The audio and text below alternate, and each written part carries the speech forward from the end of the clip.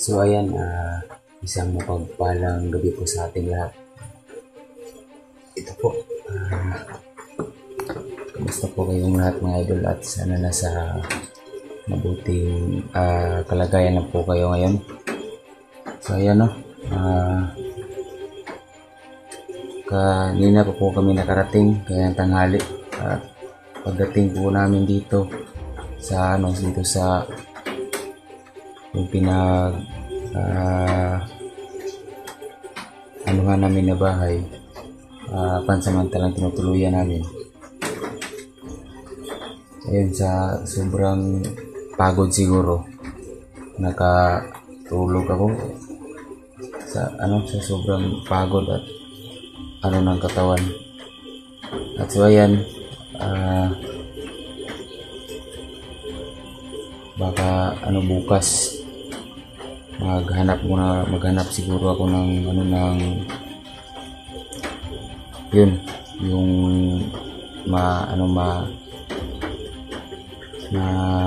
bili yung mga kinakailangan nila, yung mga hinihingi nila na solar sa flashlight, saka pang bigas. Ano pa yung mga hinihingi nila. Makahanap tayo ng kontakin natin kung sino yung kontak natin, mahinga natin ng tulong. Sana buhay pa si Master G. Sana walang masamang nangyari sa kanya, at sana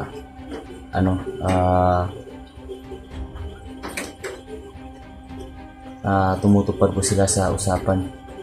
Kasi ayan, kahit po medyo tagilid kami ngayon, hinahanapan pa rin namin ng paraan kung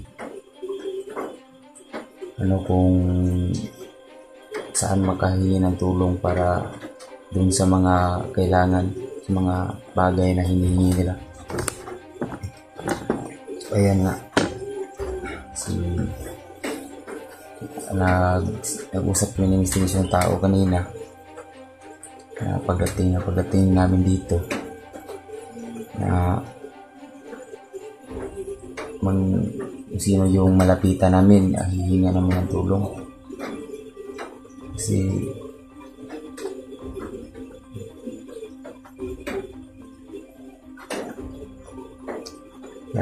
talaga parang yung utak ko mga ito, pasensya na po kayo, medyo hindi po ako makapagsalita ng maayos, kasi po ang iniisip ko po si Master G, yung kasamahan natin na andun pa sa bundok. Parang medyo po yung isip natin, kasi wala tayong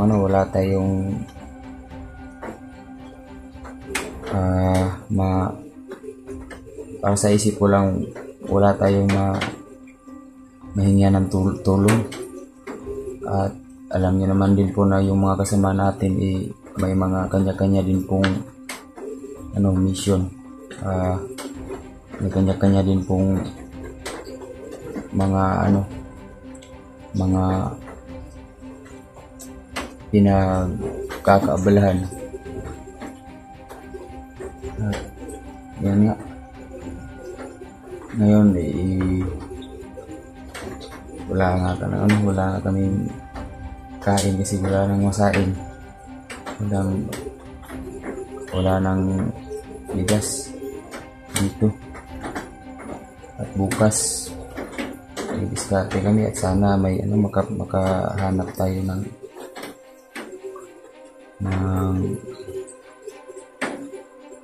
diskarte para makabili sa mga kailangan. So ayun nga po pala, sa mga hindi pa po nakakaalam, ako po muna yung pansamantalang nag-ano sa cellphone ni Master G. Ako po muna yung pansamantalang umahawak para naman ma-update ko po kayo sa sitwasyon po namin ngayon. Medyo tagilid po talaga. At 3 araw lang yung palugit na binigay nila. Kaya medyo yung isip natin. At wala pang kain. Talaga, buti pa nga yung iba. Hindi na po ako magtataka mga idol kung hindi po tayo makakalapit din sa iba o hindi po tayo makahingi ng tulong sa iba kasi kilala na po natin sila noon pa na ganon. Kaya nga napadpad ako dun sa bundok kasi ganon yung mga nila. Pero okay lang naman, hindi naman tayo nagtatanim ng sama ng loob. At kahit na may mga pagsubok na dumaan, naman po nagpapasalamat naman po sa Panginoon na nalampasan po natin sa kabila ng mga pagsubok na binigay sa atin ng Panginoon. So ayan, medyo din yung katawan ko. Hindi pa totally talaga, pero pinipilit ko lang po talaga na pinipilit ko lang na okay o maayos na yung kalagayan ko. Kasi wala rin naman pong ibang tutulong sa akin kundi yung sarili ko lang. Wala rin naman pong ibang sa atin. At lalong na ngayon na ganon pa yung nangyari kay Master G. Medyo nga po talaga. Hindi ko nga alam kung sino yung lalapitan ko, sino yung maghingan ko ng tulong. Kasi noon pa lang wala na talagang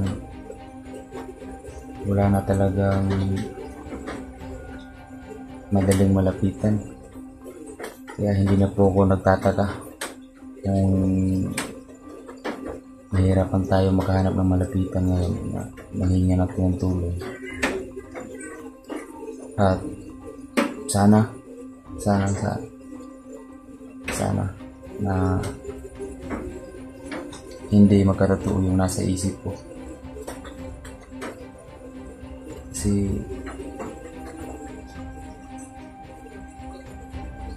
paano na lang, may mga anak pa naman si Master G. Kaya nga bakit namatay bigla yung ilaw?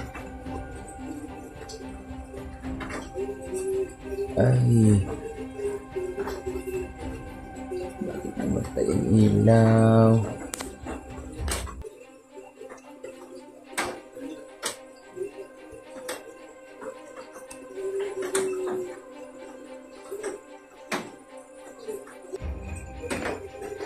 So ayan po, pasensya po kayo, bigla pong namatay po yung ilaw. Hindi po natin alam kung paano buksan yung ilaw, kaya pinront na lang natin yung camera. Yun nga sana makahanap tayo ng paraan. Ayan po, sa mga gusto pong magpaabot ng tulong, ilalagay ko po yung Gcash ko dyan sa upload po natin, yung Gcash ni Master G. Ilalagay ko po dyan sa sa baba. At pasensya na po kayo mga idol kung ano po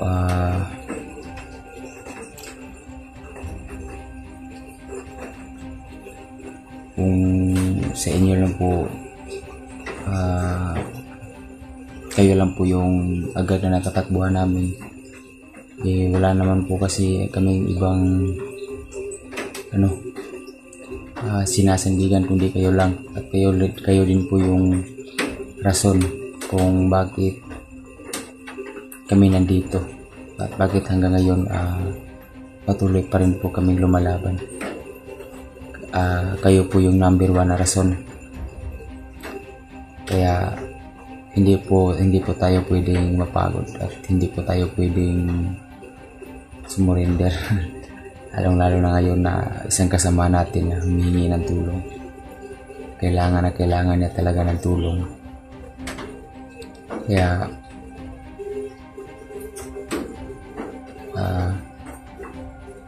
gagawin po talaga natin lahat. So ayan nga po, medyo wala po tayo sa ngayon, parang parang wala po tayo sa sarili natin kasi nga po dun sa kalagayan ni Master G. Na ngayon umuulan, na lang kaya yung kalagayan niya dun, gaya na nandun din ako nung ako po yung nabihag. Grabe po, hindi po basta-basta. Ilang araw akong walang kain doon, palagi binubugbog, lalo na kaya si Master J. Sana talaga makahanap tayo ng paraan para mabigay yung mga gusto nila, kasi hindi naman po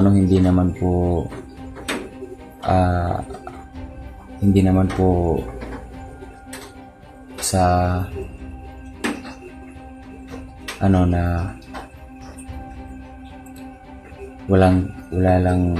wala lang sa atin yung mga nangyari. Alam niya naman po na kung ano po talaga yung pakay natin. Sinusunod lang po natin yung mga hinihingi nila, yung mga gusto nila na kapalit ng mga bata at ni Master G. Ayan, kanina nung pagdating namin dito, na nag-usap ko niya misteryosong tao, sabi ko sa kanya mag-live ka para malaman nila na nakababa na tayo, at baka mamaya na ako pag kagising ko, kasi ang sakit-sakit ng tiyan ko, tapos yung katawan, grabe pa yung hindi pa talaga totally fully recovery, kasi ang dali ko lang hingalin, tapos wala pang kain. Kung ano yung nadaanan namin ng isang tao pababa, yun lang yung kinain namin, gaya ng mga prutas na madaanan namin sa daan. Nagmamadali po talaga kaming bumaba para makahingi ng tulong at makahanap agad ng paraan para mabigay yung mga gusto nila. At so ayan po, maraming salamat nga po pala sa mga patuloy na sumusuporta at tumatangkilik at naniniwala po sa atin.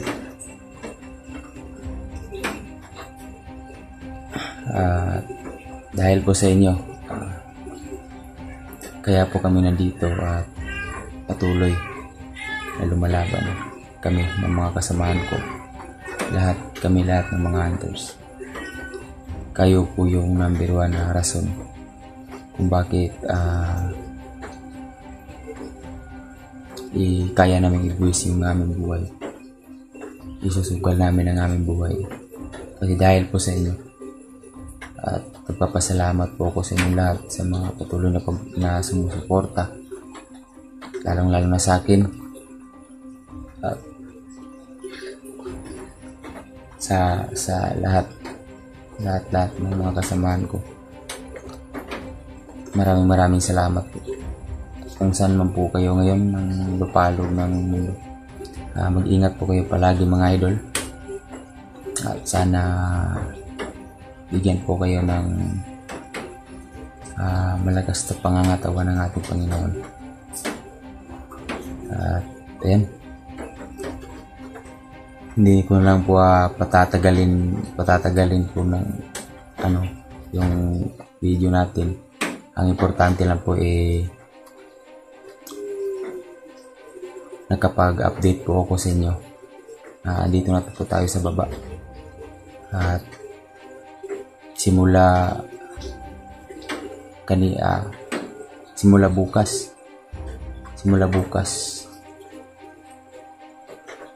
yun na doon na tayo magsisimula sa palugit nila. Sana makahanap talaga ng paraan, kasi okay lang na wala kaming makain dito, o wala kaming ang importante lang talaga si Master G at yung mga bata. At pinapangako po sa inyo mga idol na gagawin po namin lahat ng misteryosong tao ng kasamahan ko para lang po maligtas yung mga bata at si Master G. Susunod na araw, pagbalik namin doon, kung may madalaman kaming mga bagay na hiningi nila, sana tumupad sila sa usapan, buhay pa si Master G. Kasi kapag hindi sila tumupad sa usapan,